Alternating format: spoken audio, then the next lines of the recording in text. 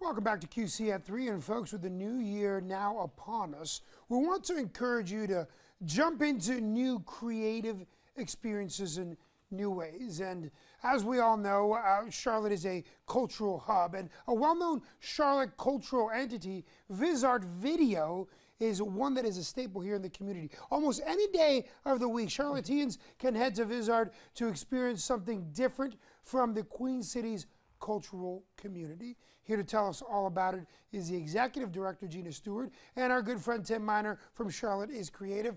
Thank you guys so much for spending your afternoon with us, and Happy New Year to you both. Happy New Year to you as well. Hey, Tim, I want to start with you because you always bring such great creatives here through the studio. We talk about performing arts, and we talk about things that are staples in our community, artists in our community. Sometimes a place, a venue that holds all of that art, all of that creativity is so important. How has VisArt made that so much easier for creatives in Charlotte?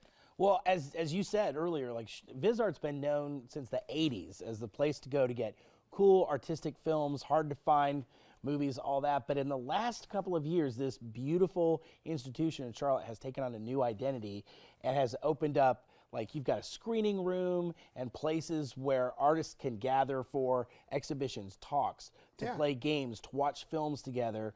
And those spaces where artists of all different kinds of persuasions can gather, those are hard to find. And VisArt is a place where, whether you're a pro or you just want to dabble in the arts, you can find something to wet your whistle. And Gina, 41 years. I mean, let's talk about 41 years. 41 years. That in any industry, that alone is a massive milestone.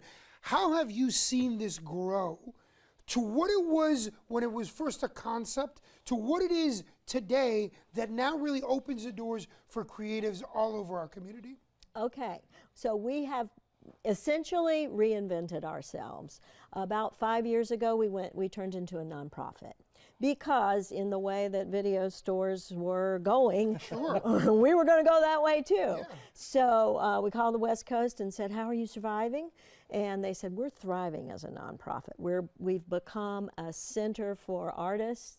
We have the screening room, and so we've basically become a little mini campus. Yeah. We have our own cafe, we have our own community screening room, we do all kinds of art, we do music, we support particularly local artists, local musicians, local filmmakers, local creatives in any way, game makers. We try to give them a place where they can gather, where they can cultivate a daring kind of, the things that they're afraid to do, we encourage them to do at VisArt. And here's the thing, with creatives all over, not everything's going to stick. But you want to throw stuff to see what works and what sticks. Obviously, having a place where you're able to collectively perform or come together to try and see what sticks is important.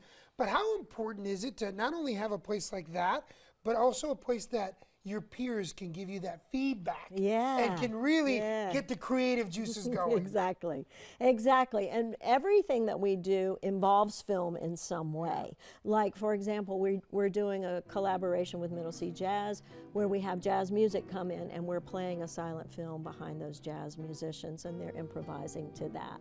So we let film keep our creativity going. And Tim, you always bring great creatives through the studio. And what I always love is that it doesn't matter the discipline. It could be a musician, it could be a filmmaker, it could be an artist, it could be whatever. And at the end of the day, the common thread between all of them is that they create. They really tap into that world that we all kind of have. Why is it important to have a pillar like VisArt here to be able to open doors now to a new generation that also wants to be creative? Because I think in the act of creating, it's about connecting.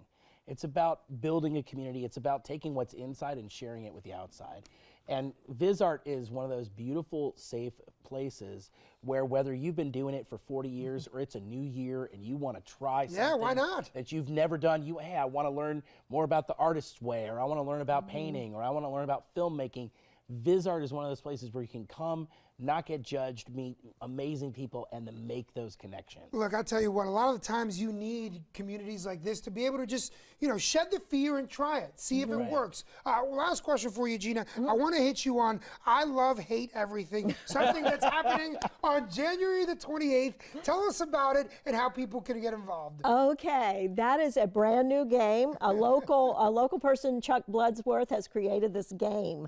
And it's a very community-oriented kind of card game that you play, and it's great for all ages. There's nothing that would prevent anyone. 14, I think, is the recommended lowest age. There it is. Yes, we're And gonna this sit is in a the room game is together. pretty new, so Chuck is actually still tweaking it. So you get to be on the ground floor of making the next cool game. Again, seeing what sticks and what doesn't. There you go. It's There all it about is. that same space. Exactly. I want to put your information up on the screen so people can learn and find out more about VisArt and the mission that you guys have, and also get all of the creatives together. Give them a follow on Instagram and on Facebook to learn more.